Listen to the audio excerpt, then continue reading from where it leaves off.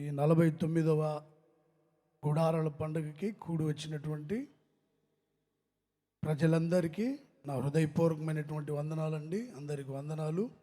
ఆత్మీయులైన వారికి, మరి ముఖ్యంగా దైవ సేవకులకి, నాకు ఈ సమయాన్ని ఇచ్చినటువంటి పెద్దలకి, అభిషక్తులకి ప్రత్యేకమైనటువంటి కృతజ్ఞతలు తెలియచేయుచున్నాను. బైబిల్లో ఒక వాక్యాన్ని నేను మీకు జ్ఞాపకం చేస్తాను. దయచేసి వాక్యాన్ని శ్రద్ధగా గమనించండి. ఎవరు అటు ఇటు తిరగొద్దు. వాక్యమైన దేవుడు మన మధ్యలో సంచరిస్తూ ఉన్నాడు గనుక జాగ్రత్తగా శ్రద్ధగా దేవుని మాటలు ఆలకించాలని ప్రేమతో నేను మీకు తెలియచేయుచున్నాను. పరిశుద్ధ గ్రంథమైన బైబిల్లో నుండి కొరింథీయులకు రాసినటువంటి 2వ పత్రిక 6వ అధ్యాయం 18వ వాక్యాన్ని చదువుకుందాం. కొరింథీయులకు రాసినటువంటి 2వ పత్రిక 6వ అధ్యాయం 18వ వాక్యాన్ని చదువుకుందాం. అందరు బైబిల్ తీసి చూడండి. 6వ అధ్యాయం 18వ వాక్యం. మనము జీవము గల దేవుని ఆలయమై ఉన్నాము, అందుకు దేవుడు ఇలాగూ సెలవిచ్చుచున్నాడు, నేను వారిలో నివసించి సంచరింతును, నేను వారి దేవుడునై ఉందును, వారు నా ప్రజలై ఉందురు. చాలు. ఇక్కడ రాయబడిన మాట, మనం ధ్యానించే మాట ఏంటంటే, నేను వారిలో నివసించి సంచరింతును. చూడండి, మనము జీవము గల దేవుని ఆలయమై ఉన్నాము, అందుకు దేవుడు ఇలాగ సెలవిచ్చుచున్నాడు. భౌతికమైన ఆలయాలు చాలా ఉన్నాయి. మనం ఉన్న ప్రాంతాల్లో కావచ్చు, లేకపోతే మన రాష్ట్రంలో, మన దేశంలో, ప్రపంచ నలుమూలలో మనం గమనిస్తే భౌతికమైన ఆలయాలు చాలా ఉన్నాయి. భౌతికమైన ఆలయాల్లో కూడా ప్రభు సంచరిస్తూనే, అలాగే ఆత్మ సంబంధమైనటువంటి ఆలయమైనటువంటి మన హృదయం అనేటువంటి ఆలయం, మనం జీవము గల దేవుని ఆలయం, ఈ చిన్న హృదయం అనే ఆలయంలో ప్రభు నివసించి సంచరించే దేవుడు అనే మాట రాయబడింది బైబిల్లో. ప్రియ సహోదరులారా, పరలోకాన్ని విడిచినటువంటి దేవుడు, ఉన్నతమైనటువంటి మహిమను విడిచిన యేసయ్య ఈ భూమి మీదకి దిగివచ్చి ఆయన సంచరిస్తూ వచ్చాడు. అలాగే మన హృదయం అనే ఆలయాల్లో కూడా ఆయన సంచరించేటువంటి దేవుడు. చూడండి, భక్తులు ఆయన గురించి సెలవిచ్చేటప్పుడు భక్తుడైన యోబు గారు చెప్తాడు ఒక మాట, ఆయన నాకు సమీపముగా గడిచిపోచున్నాడు, నా ప్రక్కనే వెళ్ళుచున్నాడు, ఆయన నా ప్రక్కనే నడుచుచున్నాడు, అలాగే ఆయన నాకు చేరువనే పోవుచున్నాడు, నా ప్రక్కనే నడుచుచు ఉన్నాడు, నా ప్రక్కనే సంచరించుచున్నాడు. చూడండి, సంచరించడం అంటే మన మధ్యలో తిరగడం, మన మధ్యలో నడవడం, మనతో ఉండడం. ప్రియ సహోదరులారా, ఈ భూమి మీద మహిమగల దేవుడు అనేకుల మధ్యలో సంచరిస్తూ వచ్చాడు. అలాగే ప్రాణాత్మ దేహాన్ని దేవుని చేతికి అప్పగించుకొని, హృదయాన్ని పరిశుద్ధపరచుకొని దేవుని ఆలయముగా మార్చబడినటువంటి అనేకుల హృదయాల్లో కూడా ఆయన నివసించి సంచరిస్తూ వచ్చాడు. దేవుడు సంచరించడానికి కారణాలు చాలా ఉన్నాయి. ఆయన సంచరించి ఏం చేశాడో కూడా పరిశుద్ధ గ్రంథంలో రాయబడి ఉంది.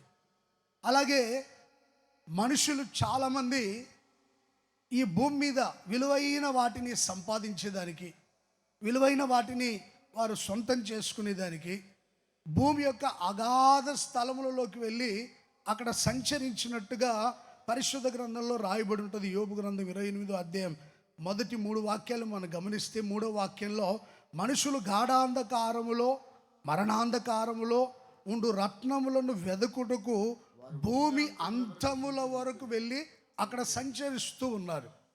చూడండి, వెండికి వెండిని, బంగారానికి బంగారాన్ని, ఇనుము, ఇత్తడి, ఇంకా విలువైన వాటిని సంపాదించే దానికోసం మనుషులు భూమి యొక్క అగాధ స్థలంలోకి, మరణాంధకారంలోకి రత్నములను వెదుకుటకు భూమి అంతము వరకు వెళ్ళి అక్కడ సంచరిస్తూ ఉన్నారు. మనుషులు సంచరించే దాంట్లో అర్థం ఉంది. విలువైన వాటిని సొంతం చేసుకోవాలని, చూడండి, వెండి బంగారాలు సొంతం చేసుకోవాలని, ఉన్నతమైన స్థలాల్లో ఉండాలని, డబ్బు సంపాదించాలని మనుషులు సంచరిస్తూ వచ్చారు. అలాగే దైవ సేవకులు కూడా సంచరించినట్టుగా బైబిల్లో రాయబడింది. అపోస్తలుడైన పౌలు గారు అంటారు, నేను ఏథెన్స్ పట్టణం అంతా సంచరించి చూశాను. చూడండి, ఆ పట్టణంలో సత్య సువార్తను ప్రకటించేదానికి ఆ పట్టణం అంతా సంచరించినట్టుగా అపోస్తల కార్యములు 17వ అధ్యాయంలో రాయబడి ఉంటుంది.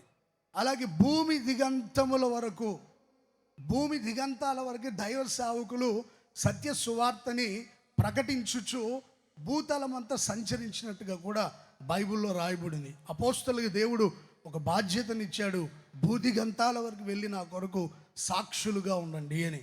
ప్రియ సహోదరులారా, మనుషులు సంచరించిన దాంట్లో అర్థం ఉంది, దైవ సేవకులు సంచరించిన దాంట్లో అర్థం ఉంది, విలువైన ఆత్మల్ని సంపాదించాలని. అలాగే అపవాది కూడా సంచరించినట్టుగా బైబిల్లో రాయబడింది. చూడండి, భూమి మీద అటు ఇటు తిరుగుతూ సంచరించుచు వాడు పరలోకంలో దైవ సేవకులు కూడి ఉన్న చోటికి వెళ్ళినట్టుగా యోబు గ్రంథం 1వ అధ్యాయం 7వ వాక్యంలో రాయబడి ఉంటుంది. సర్వశక్తి గల దేవుడు అపవాదిని సాతాన్ని అడిగితే సాతాన్ అంటాడు, నేను భూమి మీద ఇటు అటు తిరుగుతూ సంచరించుచు ఇక్కడికి వచ్చాను అని. అంటే సాతాను కూడా సంచరిస్తూ ఉన్నాడు. ఎవరిని మింగుదునా అని గర్జించు సింహం వలె వాడు తిరుగుతూ సంచరిస్తూ ఉన్నాడు. దైవ సేవకులు సంచరించేది విలువైన ఆత్మల్ని సంపాదించాలి అని. చూడండి ప్రియ సహోదరులారా, ఎవరు నిర్ణయించుకున్న నిర్ణయాలను బట్టి వాళ్ళు సంచరిస్తూ ఉన్నారు. కానీ సర్వశక్తి కలిగిన దేవుడు ఆయన సంచరిస్తూ ఉన్నాడంటే దాంట్లో ఎంతో అర్థం దాగి ఉంది. ప్రియ సహోదరులారా, సర్వశక్తి కలిగిన దేవుడు సర్వ మానవాళి పట్ల మేలు చేయాలని, ప్రజల్ని రక్షించాలని, ప్రజల్ని ఆశీర్వదించాలని, విడువక ఎడబాయక తోడై ఉండాలని అనేక విషయాలు బోధించి, అనేక విషయాలు హెచ్చరించి, అనేక సంగతులు వాళ్ళకి తెలియచేసి సరిచేసి మహిమగల ఆయన రాకడకు సిద్ధపరిచి మహిమలో చేర్చాలనే ఉద్దేశంతో యేసుక్రీస్తు ఈ భూమి మీద సంచరించినట్టుగా రాయబడింది.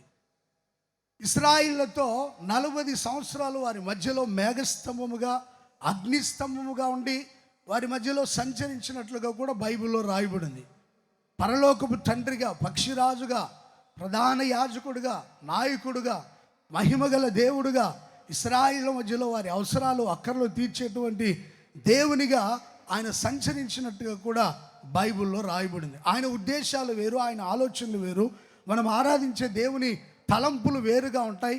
ఏది ఏమైనా సరే ఆయన పరలోకాన్ని విడిచి భూమి మీదకి దిగివచ్చి సర్వ మానవాళితో ఆయన జీవించుచు, మరి ముఖ్యంగా ఆయన చేత ఏర్పరచబడిన తన ప్రజల మధ్యలో ఆయన సంచరించినట్టుగా బైబిల్లో రాయబడింది. ఈ 49వ గుడారాల పండుగలో మనకంటే ముందుగా యేసయ్య ఈ స్థలములో సంచరించుచు ఉన్నాడు. ప్రియ సహోదరులారా, ఈ పండుగలు ఈ విధంగా ఏర్పాటు చేసేదానికి దైవ సేవకులు 2 నెలల క్రితమే ఈ స్థలానికి వచ్చి మొదటగా ప్రార్థన చేసేటప్పుడు, ప్రభా ఈ స్థలంలో మాకంటే ముందుగా మీరు ఈ స్థలమంతా సంచరించండి, ఈ స్థలమంతా మీరు ఈ ప్రాంతంలో మీరు సంచరించుచు ప్రతికూలతలన్నీ అనుకూలంగా మార్చండి అని గత 2 మాసాల నుంచి ఈ స్థలంలో దైవ సేవకులు సంచరించేటప్పుడు మొదటి ప్రాధాన్యతను, మొదటి ప్రత్యేకతను యేసుక్రీస్తుకే అప్పగించి మొదటగా మీరు సంచరించమని సర్వశక్తి గల దేవునికి సమస్తాన్ని అప్పగించి పరిచర్యలు ప్రారంభిస్తారు దైవ సేవకులు. మీరందరూ కూడా ప్రార్థన చేస్తున్నారు గత నెల రోజుల క్రితం నుండి, మహిమగల దేవుడు ఈ ప్రాంతంలో అగ్నిస్తంభముగా ఉండాలని, మేఘస్తంభంగా సంచరించాలని. మరి చాలామంది ఆ స్పర్శను గమనించారు, కొంతమంది ఆ స్పర్శను గమనించకపోవచ్చు. ఏది ఏమైనా సరే ఈ 49వ గుడారాల పండుగలో ఆయన మీ ప్రక్కనే, మీ చేరువనే ఆయన సంచరించుచు మీ జీవితాల్లో మేలు చేయునుగాక. ఆయన మన మధ్యలో సంచరించుచు అద్భుతాలు జరిగించునుగాక. ప్రియ సహోదరులారా, యేసుక్రీస్తు సంచరించి ఆయన ఎలాంటి మేలు చేశాడో బైబిల్లో రాయబడింది. మొదటగా ఆయన సంచరించి అనేకులకు రక్షణ భాగ్యాన్ని ఇచ్చాడు, రక్షణ కలుగజేశాడు. ఆయన సంచరించి తన ప్రజలకి విమోచన, రక్షణ భాగ్యాన్ని ఇచ్చాడు. లోకంలో నుండి, పాపంలో నుండి విడిపించి రక్షణ కలుగజేసేటువంటి శక్తి కలిగిన దేవుడుగా ఆయన సంచరిస్తూ వచ్చాడు. ఆ తర్వాత మేలులు చేయుటకు ఆయన సంచరించినట్టుగా బైబిల్లో రాయబడింది. మనం ఆరాధించే యేసయ్య కీడు తలపెట్టేవాడు మాత్రం కాదు, మేలు చేసేటువంటి దేవుడు. సర్వ మానవాళి పట్ల ఆయన మేలు చేయాలని ఈ భూమి మీద ఆయన సంచరిస్తూ ఉన్నాడు. అలాగే పట్టణాల్లో, గ్రామాల్లో యేసయ్య సంచరించాడు. చూడండి, ఎందుకంటే సమాజ మందిరాల్లో ఆయన రాజ్య సువార్తను ప్రకటించుచు, రోగులను స్వస్థపరచుచు ఆయన సంచరించినట్టుగా పరిశుద్ధ గ్రంథంలో రాయబడింది. చూడండి, ఆయన మేలు చేస్తాడు, రక్షణ భాగ్యం ఇస్తాడు. అలాగే ఆయన రాజ్య సువార్తను ప్రకటించుచు అనేకుల్ని స్వస్థపరుస్తూ ఉంటాడు. అలాగే తన ప్రజల్ని విడువక ఎడబాయక తన ప్రజలతో ఉండి మేలు చేయుటకు, అద్భుతాలు జరిగించుటకే ఆయన సంచరించినట్టుగా రాయబడింది. అలాగే 7 నక్షత్రాన్ని చేతబట్టుకొని 7 దీపస్తంభముల మధ్య, అంటే సంఘముల మధ్యలో సంచరించినట్టుగా కూడా పరిశుద్ధ గ్రంథంలో రాయబడింది. అలాగే పాల్యమంతా సంచరించినట్టుగా కూడా పరిశుద్ధ గ్రంథంలో రాయబడింది. మొదటిదిగా లూకాసు వర్తమానం, మొదటిదిగా లూకాసు వార్త 19వ అధ్యాయం మొదటి వాక్యం చదువుకుందాం. ఆయన సంచరించుచు ఎరికో పట్టణములో ప్రవేశించి దాని గుండా పోవుచు ఉండెను. ఇదిగో సుంకపు గుర్తుదారుడును ధనవంతుడైన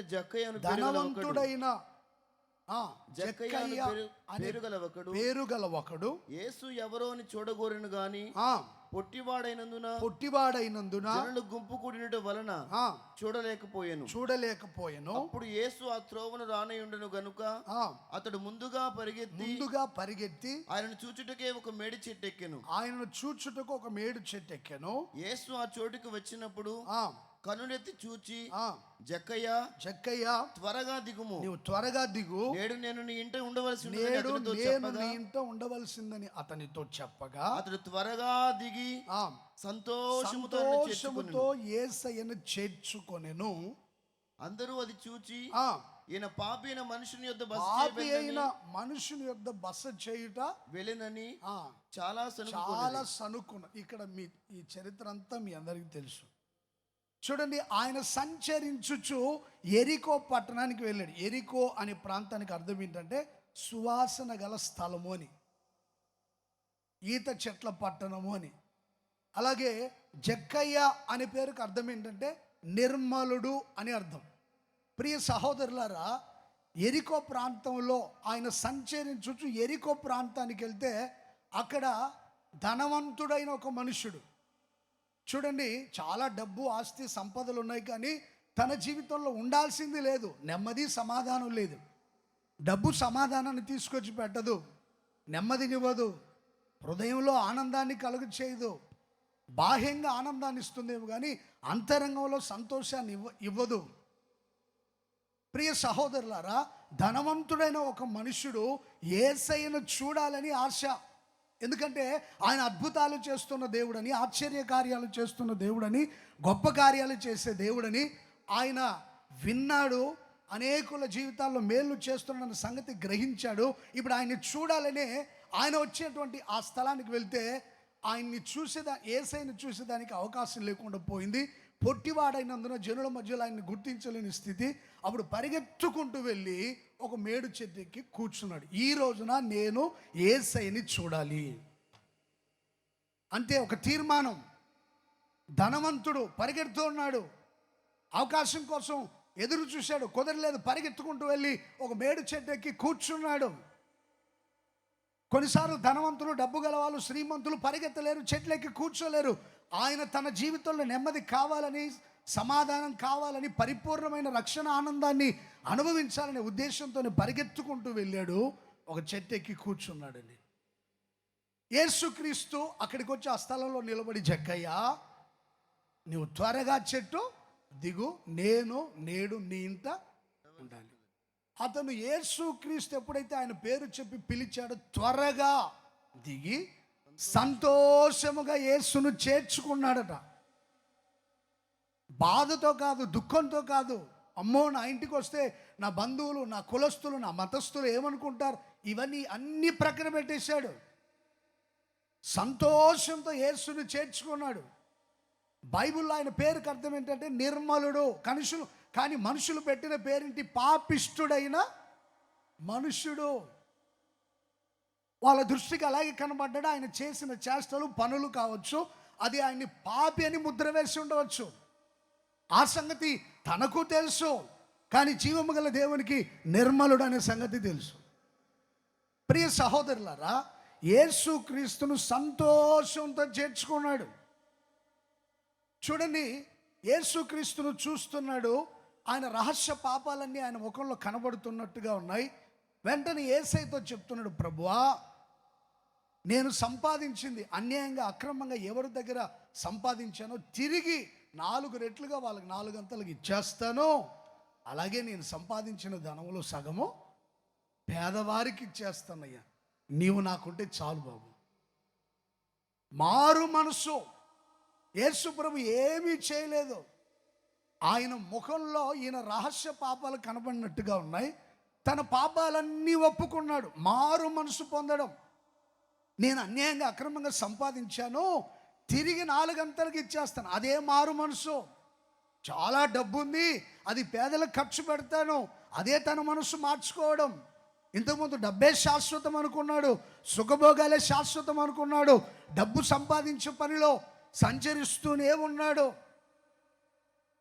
కానీ ప్రాముఖ్యమైన వాటిని పోగొట్టుకున్నాడు. ఇప్పుడు ప్రాముఖ్యమైనదే కావాలనుకున్న జక్కయ్య ఏదేది సంపాదించాడో తిరిగి ప్రజల దగ్గర ఏది అన్యాయంగా సంపాదించాడో 4 రెట్లుగా ఇచ్చేస్తాను, ఉన్న సంపాదన పేదలకు ఇచ్చేస్తాను, నువ్వు నాకుంటే చాలని మనస్సు మార్చుకున్నాడు. మారు మనసు పొందాడు. మారు మనసు పొందడం అంటే అది మనసు మార్చుకోవాలి, మన క్రియల్లో కనబడాలి. తెలియనప్పుడు నువ్వు రైలు ఎక్కావనుకో, టికెట్ కొనుక్కోకుండా రైలు ఎక్కావనుకో, తెలిసిన తర్వాత ఒక గొప్ప దైవ సేవకుడు చెప్పాడు, జో డానియల్ గారు చెప్పారు, నేను విన్నా ఆయన ప్రసంగం. నీకు తెలిసిన తర్వాత టికెట్ కొని ఆ టికెట్ చింపేసి, ఎందుకంటే ఆ రోజు నువ్వు టికెట్ లేకుండా ప్రయాణం చేసావు, గవర్నమెంట్ని మోసం చేసావు కనుక అని ఆ దైవ సేవకుడు చెప్పారు. మారు మనసు. కావాలనుకున్నాడు అనేకమైన వాటిని, ఇప్పుడు వద్దనుకున్నాడు యేసయ్య కోసం.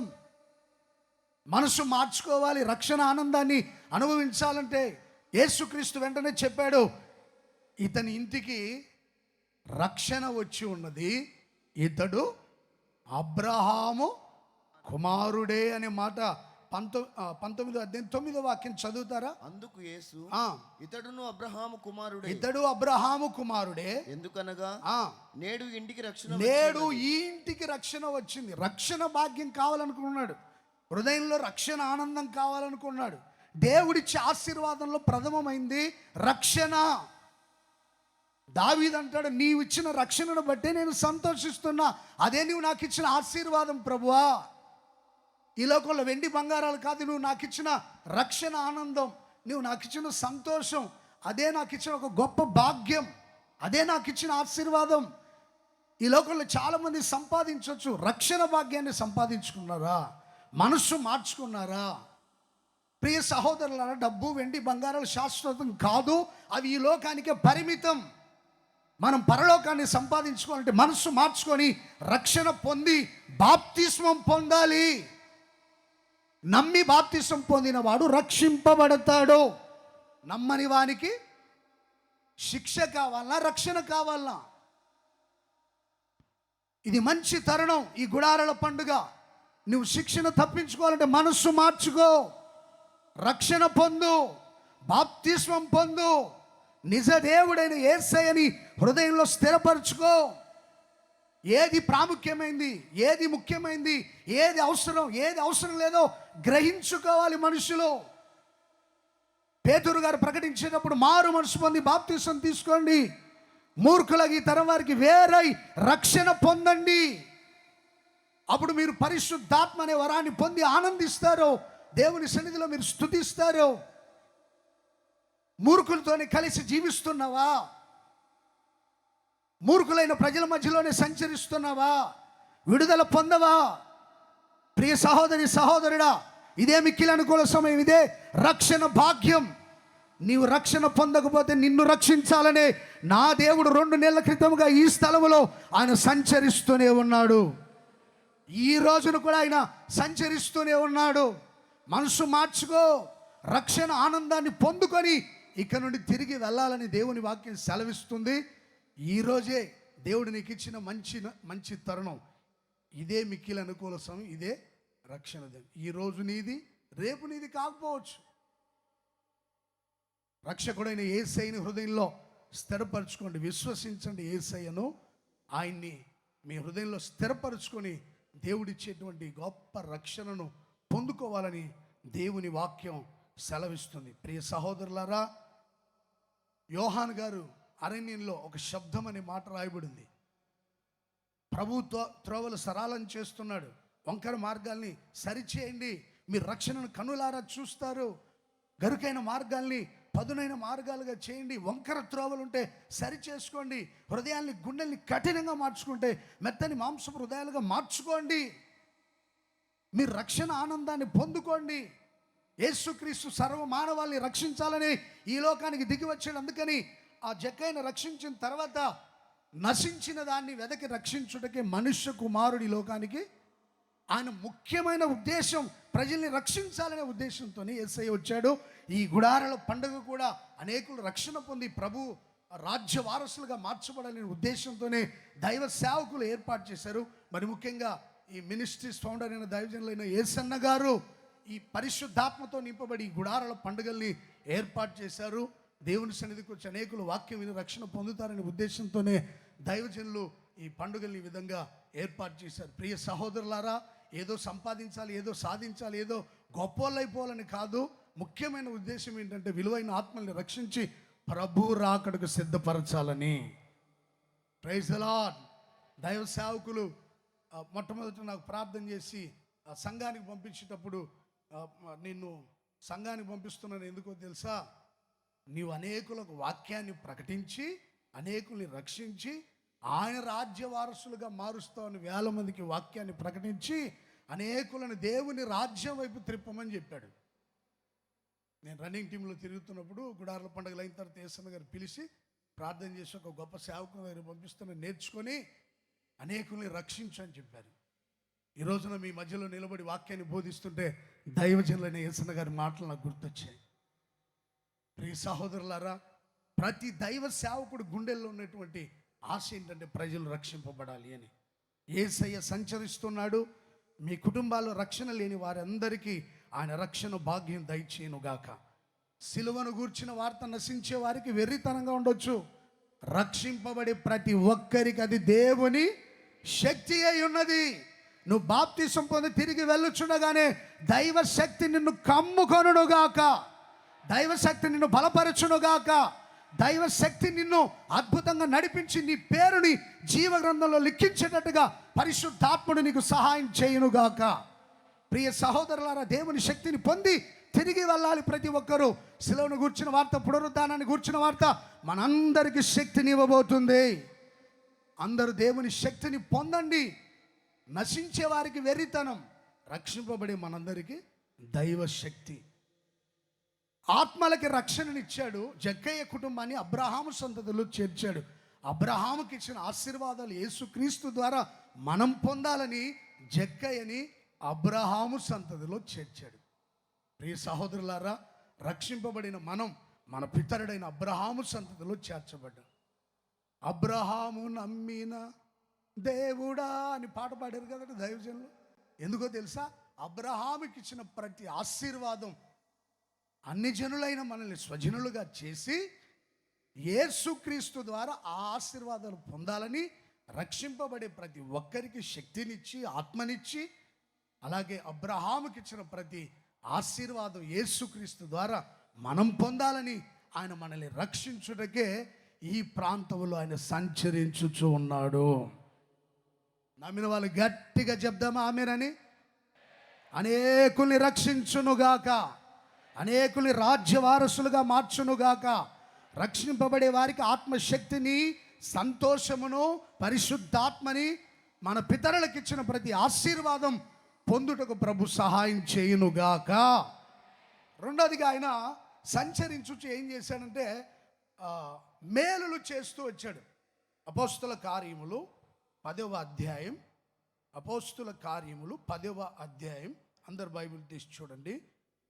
38వ వాక్యాన్ని చదువుతారు. అదేమనగా దేవుడు నజరేయుడైన యేసును పరిశుద్ధాత్మతోను, దేవుడు నజరేయుడైన యేసును పరిశుద్ధాత్మతోను శక్తితోను అభిషేకించినది. దేవుడు ఆయనకు తోడయుండును గనుక దేవుడు ఆయనకు తోడయుండును గనుక ఆయన మేలు చేయుచు అపవాది చేత పీడింపబడిన వారి అందరినీ స్వస్థపరచుచు సంచరించుచున్నాడు. ఇక్కడ చాలా ప్రాముఖ్యమైన మాట రాయబడి ఉంది.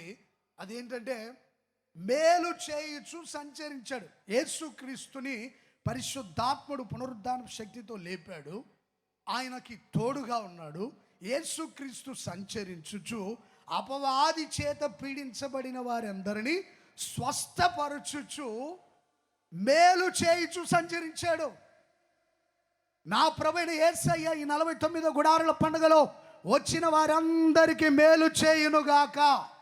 ఒకవేళ అపవాది చేత పీడించబడితే ఎవరైనా ఈ స్థలంలో అడుగు పెడితే ఇప్పుడే విడుదల కలుగునుగాక. అపవాది క్రియలు లయపరచబడునుగాక. దేవుని శక్తి బయలుపరచబడునుగాక. నా ప్రభువైన యేసయ్య ప్రతి ఒక్కరికి మేలు చేయడానికి ఈ స్థలంలో సంచరిస్తూ ఉన్నాడు. ప్రియ సహోదరులారా, అపవాది కీడు చేస్తాడు, అపవాది నష్టపరుస్తాడు, అపవాది హత్య చేస్తాడు, అపవాది దొంగిలిస్తాడు, అపవాది నెమ్మది లేకుండా సమాధానం లేకుండా చేస్తాడు, దోచుకుంటాడు, వాటిని మారు మనసు లేకుండా చేస్తాడు. సాతాను అనేకుల్ని పీడించుచు కీడు చేయించు సంచరించాడు. వాడి పని అది, కీడు చేసే పని. నా సేవకుడు యోబు సంగతి నువ్వు ఆలోచించావంటే నువ్వు కంచె వేసావు గనక అతను నిన్ను స్తుతిస్తున్నాడు. కంచె తీసి చూడు. కంచె తీసిన తర్వాత ఏం చేశాడు? అన్నిటిని నష్టపరిచాడు. సుడిగాలి వచ్చి ఆంటీ మీద కొట్టింది, పిల్లలు నశించిపోయారు. చూడండి, కంచె తీసిన తర్వాత ఆస్తికి నష్టం, పిల్లలకి నష్టం, కుటుంబానికి నష్టం, చివరికి కుటుంబంలో సమాధానం లేకుండా చేశాడు. కట్టుకున్న భార్య దేవుని దూషించి సావమని అపవాది ఆమెను ప్రేరేపించాడు. ప్రియ సహోదరులారా, సర్వశక్తి కలిగిన దేవుడు మేలు చేయాలని వచ్చాడు, అపవాది కీడు చేయాలని సంచరించాడు. వాడి తంత్రాన్ని ప్రతి ఒక్కరు గుర్తుపట్టాలి. Praise the lord. కీడు చేస్తున్నాడంటే అపవాది సంచరిస్తున్నట్లుగా వాడు మనకి నెమ్మది లేకుండా చేస్తున్నాడని అర్థం. యేసయ్య మాత్రం మేలు చేస్తూ సంచరించేవాడు. మేలు పొందాలని నమ్మిన వాళ్ళు, ఆశీర్వాదాలు పొందాలని నమ్మిన వాళ్ళు కుడి చేతిని పైకెత్తి గట్టిగా ఆమేనని చెప్దామా? బిగ్గరగా చెప్దామా? విశ్వాసంతో చెప్దామా? కుడి చేతులు ఎత్తి గట్టిగా మరొకసారి ఆమేనని చెప్పండి. ఆమేన్. ఈ ప్రాంగణం అంతా ప్రభువైన యేసయ్య సంచరించుచు అందరి పట్ల మేలు చేయునుగాక. అపవాది చేత పీడించబడుతున్న వారిని విడిపించి మేలు చేయునుగాక. అపవాది ఎలా పీడిస్తాడో తెలుసండి? గెరాసేనుల ప్రాంతానికి యేసు ప్రభు వెళ్ళినప్పుడు అక్కడ ఒక మనుషుడు ఉన్నాడు. వాడు అపవాది చేత, అపవిత్రమైన ఆత్మ చేత పీడించబడుతున్నాడు. వాడు ఇళ్లల్లో ఉండట్లేదు, సమాధుల్లో తిరుగుతున్నాడు. సాతాను మనుషుల్ని సమాజంలో ఉండనీయకుండా సమాధుల్లో, మృతుల మధ్య, సమాధి అంటే మృతి అని అర్థం. సజీవులే కదా నిన్ను స్తుతిస్తారు, మృతులు మౌన స్థితిలోని దిగిపోతారు. స్తుతించే వాళ్ళ మధ్యలోని తీసుకురాడు. ఇంకేం చేస్తున్నాడో తెలుసా అండి? సమాధుల్లో సంచరిస్తూ ఎర్రి కేకలేస్తున్నాడు, కొండల్లో సంచరిస్తూ ఎర్రి కేకలేస్తున్నాడు, ఒంటి మీద వస్త్రం లేకుండా చేసుకున్నాడు, దేహాన్ని గాయపరుచుకుంటున్నాడు. ఇది సాతాను చేసే పని. నువ్వు మృతుల మధ్యలో ఉన్నావా, సజీవుల మధ్యలో ఉన్నావా? ప్రియ సహోదరుడా, అనవసరమైన కేకలేస్తున్నావా? జీవం గల దేవుని నామాన్ని ఘనత కోసం కేకలేసి దేవుని స్తుతిస్తున్నావా? దేహాన్ని గాయపరుచుకుంటున్నావా? దేవుని ఆలయమని కాపాడుకుంటున్నావా? దేహాన్ని ఈరోజు చాలామంది గాయపరచుకోవట్లేదు, కానీ టాటూస్ వేసుకుంటున్నారు, పచ్చబొట్లు.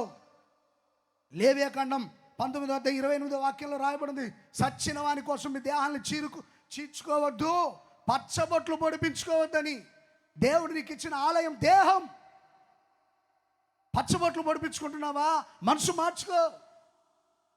దాంట్లో ఉన్న లిక్విడ్ దేహంలోకి వెళ్ళి దేహాన్ని గాయపరిచి నాశనానికి దిగజారుస్తుంది.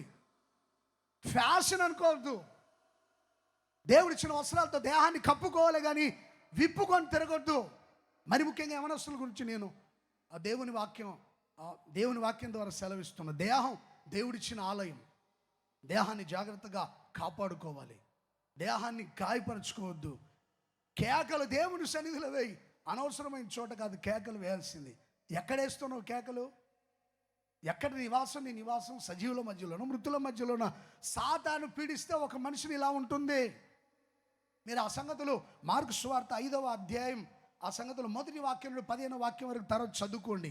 యవనుడా, యవన కుమారుడా, యవన కుమారి ఎక్కడున్నావు? ఒకసారి నీ జీవితాన్ని పరిశీలించుకొని, నీ దేహాన్ని పాడు చేసే వాటి కోసం అప్పగిస్తున్నావా, లేదా నీ దేహం దేవుని ఆలయమని గుర్తించి దేవుని స్తుతించే విషయాలు గ్రహించి దేవుని సన్నిధిలో పరిశుద్ధుల సహవాసంలో అపోస్తుల సహవాసంలో ఉంటున్నావో లేదో ఒకసారి నీ జీవితాన్ని పరిశీలించుకునే మిక్కిలి అనుకూల సమయం. దేవుడు నీ జీవితంలో మేలు చేయాలని ఈ స్థలంలో ఆయన సంచరిస్తున్నాడు. ఎవరి దేహాలు పాడైపోయినాయో ఈ రోజున యేసయ్య వారిని ముట్టి బాగు చేయునుగాక.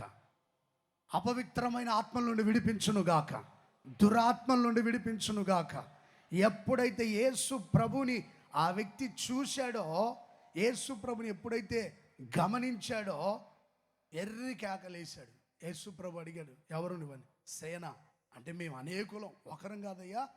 ఇంకో మాట కూడా ఉంటుంది అక్కడ, వాని ఎవ్వడు సాధు చేయలేకపోయాడంట.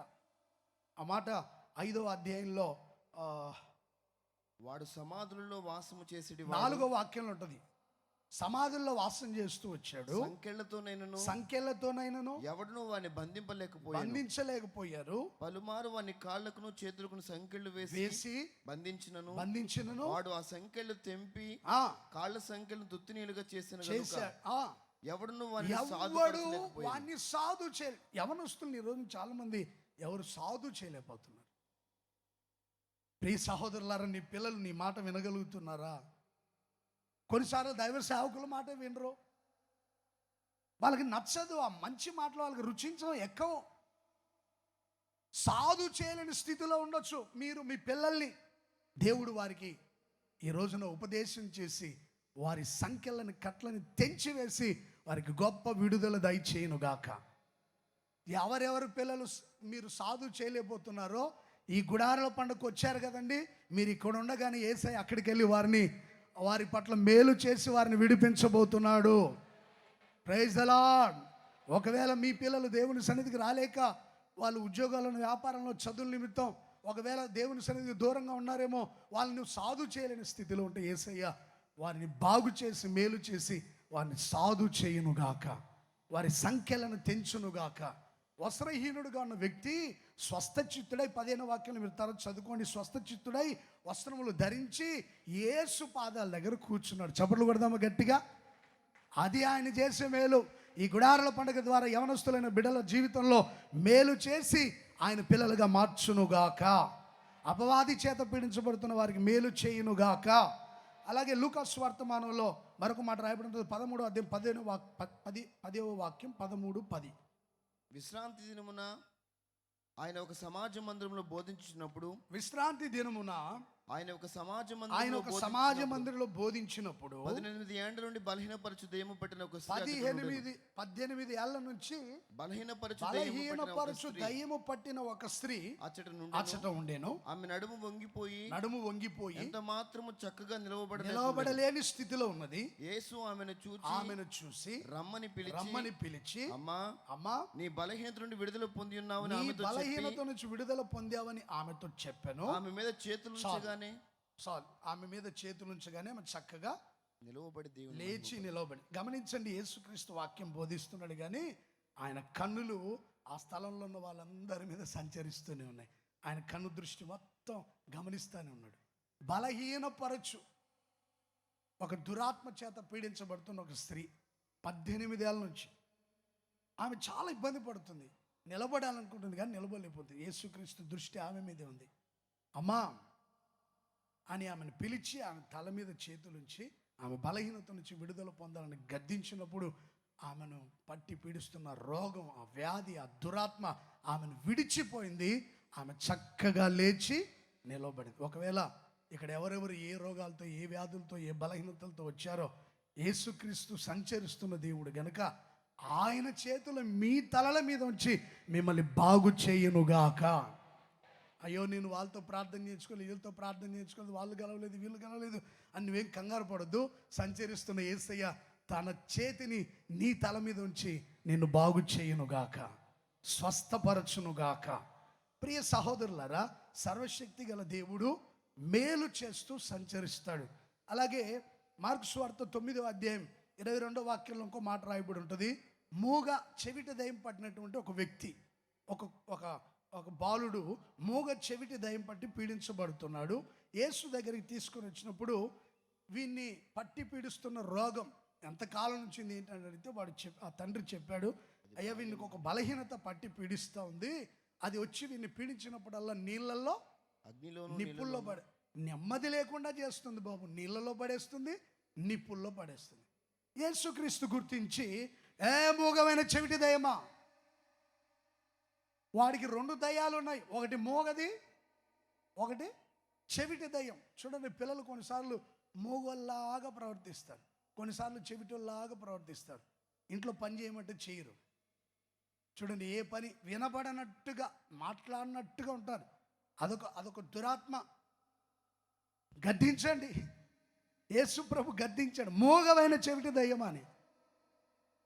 మూర్ఛల వ్యాధి అనుకున్నాడు ఆ తండ్రి, కానీ వాడిని పట్టి పీడిస్తున్న దురాత్మ ఏంటో యేసుకి తెలుసు కనుక గద్దించి ఆ దురాత్మను వెళ్ళగొట్టి ఆ బాబు పట్ల మేలు చేసి వాడిని స్వస్థపరిచాడు.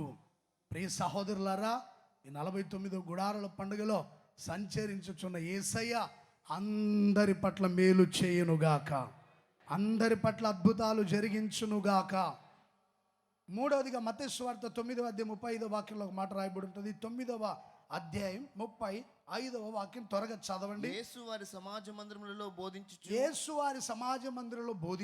రాజ్య సువార్తను ప్రకటించుచు ప్రతి విధమైన రోగమును ప్రతి విధమైన వ్యాధిని స్వస్థపరచుచు సమస్త పట్టణముల యందును గ్రామముల యందు సంచరి. యేసుక్రీస్తు పట్టణాల్లో గ్రామాల్లో సంచరించి సువార్త ప్రకటించేటప్పుడు ఆయన రాజ్య సువార్త ప్రకటించాడు.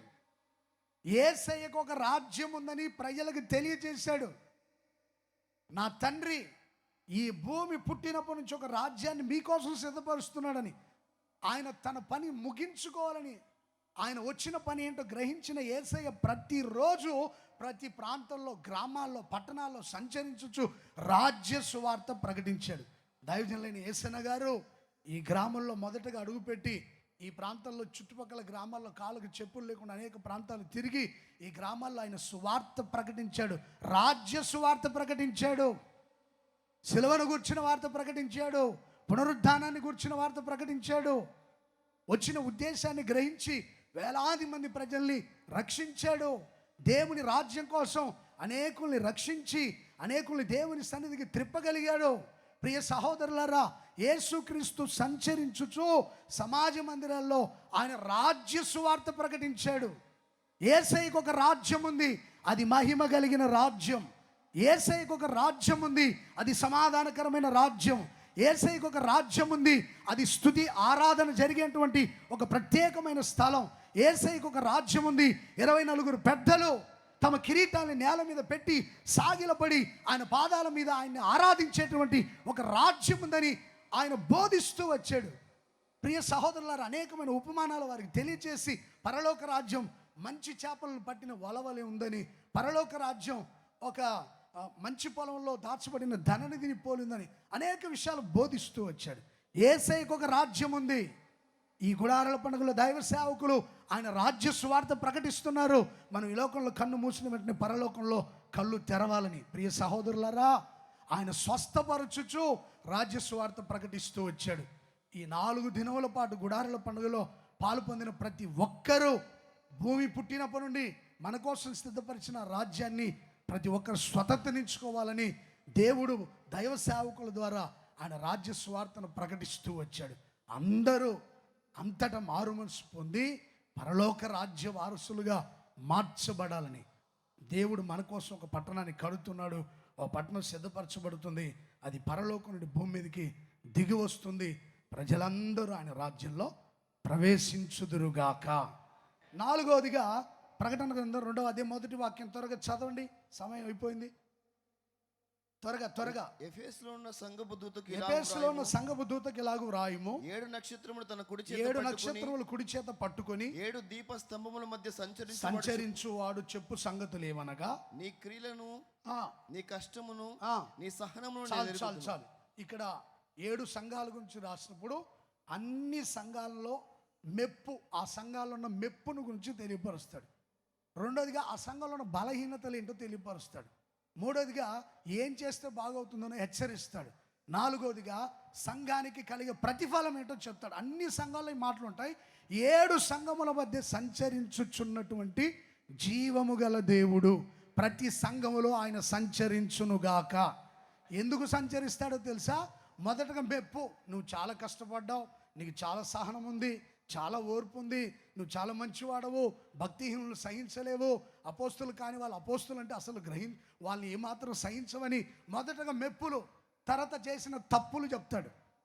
వచ్చిన వాళ్ళందరూ మెప్పులే చెప్తారు, మరి తప్పులు చెప్పేది ఎవరు? మనలో ఉన్న మన తప్పుని సరిచేసేది ఎవరు? సంచరించే దేవుడు. హోసన్నా మినిస్ట్రీస్లో ఉన్న ప్రతి సంఘములో ఆయన సంచరించునుగాక. నువ్వు ఎంత కష్టపడ్డావో, ఎంత ప్రయాసపడ్డావో, ఎంత ప్రార్థించావో, నువ్వు ఎంత కష్టపడిన సంగతి నీకు చెప్తాడు.